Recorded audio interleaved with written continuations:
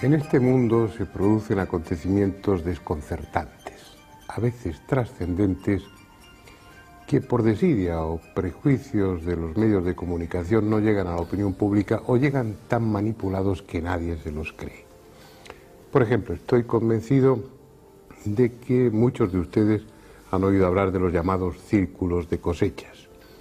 Esa serie de formaciones geométricas, en gran parte circulares, que en estas últimas décadas han ido apareciendo en diferentes lugares, sobre todo en el sur de Inglaterra. Y estoy convencido también de que casi todos ustedes no han vuelto a interesarse por el tema porque en su día vieron, a través de la televisión o en los periódicos, que todo se limitaba a una broma de dos jubilados ingleses. Pues bien, desde ahora, y anticipándome al programa, les aseguro que lo de la broma de los jubilados es una pura patraña. El fenómeno no solo es auténtico, sino que a lo largo de esta última década ha ido adquiriendo unas dimensiones tales, de una complejidad, de una riqueza de contenido, que yo me atrevería a calificarlo como uno de los acontecimientos más importantes con los que se enfrenta la humanidad en este fin de milenio. Ustedes lo juzgarán cuando vean el documental que les mostraremos a continuación. En él intervienen dos de los mejores expertos en esta cuestión, en los círculos de cosechas, el ingeniero inglés Colin Andrews y el antropólogo alemán Michael Hessemann. Pero también contaremos aquí en el despacho con dos invitados que nos aportarán su experiencia, su opinión, sus conocimientos, también muy importantes, sobre lo que se ha dado en llamar círculos de los campos de cultivo o círculos, aunque no sean todos ellos círculos, ni mucho menos, de las cosechas. Yo que ustedes no me lo perdería.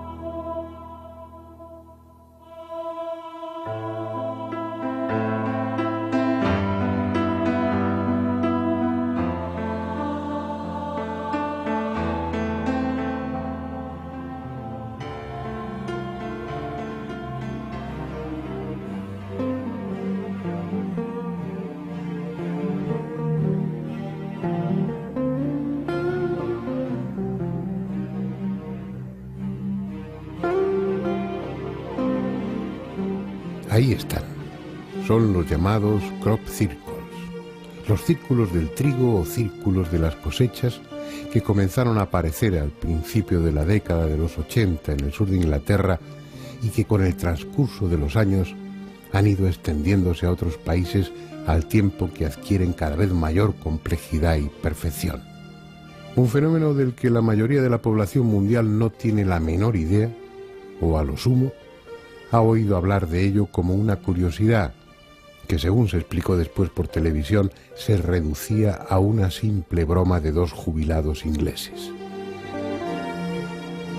Sin embargo, les sugiero que presten atención a este programa, porque, como podrán deducir después, se trata de uno de los acontecimientos más extraordinarios y desconcertantes con los que se enfrenta la humanidad en este fin del milenio. Entre sus características insólitas está la periodicidad. Cada año, en la misma época y en la misma zona, los círculos de las cosechas hacen su aparición. Al punto que, además de a los investigadores, Atraen a todo tipo de curiosos, que los graba o fotografía desde avionetas alquiladas como si se tratase de una atracción turística más. Esa regularidad y su carácter tangible, se trata de algo que puede tocarse o medirse, hacen del fenómeno una materia idónea para su investigación. No hay que basarse en la credibilidad de un testigo o en el análisis técnico de fotos y filmaciones, como en el caso de los ovnis. Aquí el investigador puede venir y estudiarlo directamente. La primera consecuencia de ese estudio es que se trata de un fenómeno auténtico provocado por alguien inteligente que sigue una estrategia determinada y se sirve de medios técnicos desconocidos.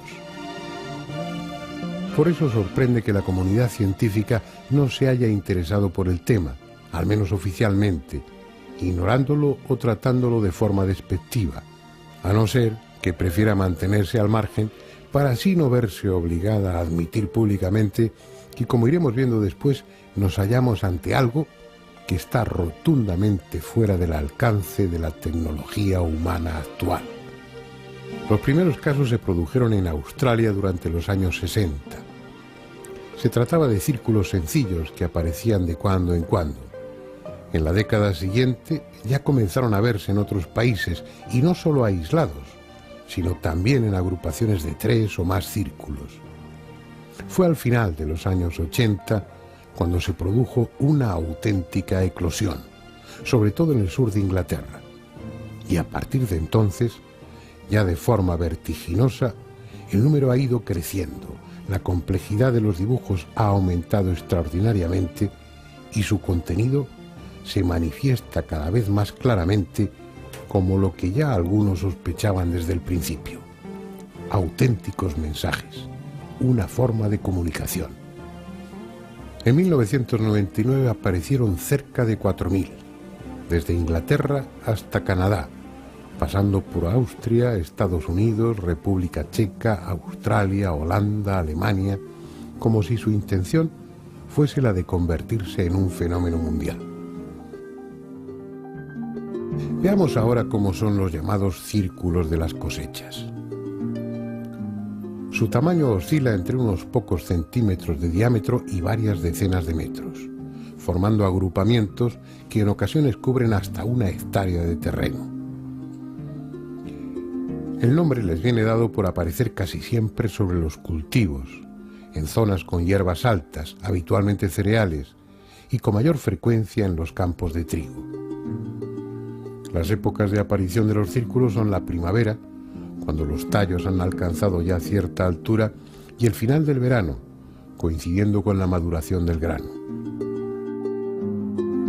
Respecto a su origen, la ciencia institucionalizada trató en un principio de encajarlos como fuese dentro de los procesos naturales, atribuyéndolos a la acción de remolinos de aire, de hongos o a la simple acción de labriegos bromistas, de la que luego nos ocuparemos.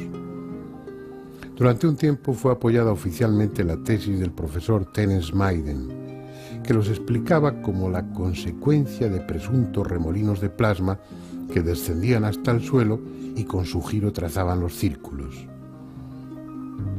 Como hipótesis es un puro disparate, pero mientras fueron círculos simples, sirvió para dejar a salvo la dignidad de la comunidad académica, empeñada siempre en explicarlo todo, aunque, como en este caso, no tenga la menor idea de qué se trata.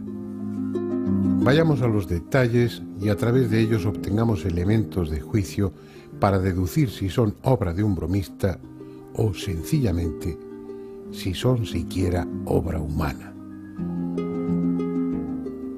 Lo que a primera vista más impresiona es la perfección del trazado cuando se las contempla desde el aire. Parecen realizados a base de compás, regla y cartabón, como podría hacerlo un delineante sobre un tablero de dibujo. En el suelo, dentro de las figuras, puede observarse que los tallos no están rotos ni quebrados. Están simplemente curvados a pocos centímetros del suelo hasta quedar tumbados y dispuestos en espiral. De hecho, siguen creciendo normalmente en esa posición. Por si fuera poco, En muchas ocasiones, sobre todo en los diseños de forma rectangular, los tallos están entrelazados alternativamente, por grupos, constituyendo un auténtico mosaico vegetal. Es muy improbable que un farsante logre diseñar estas figuras sobre el campo durante la noche, en la oscuridad.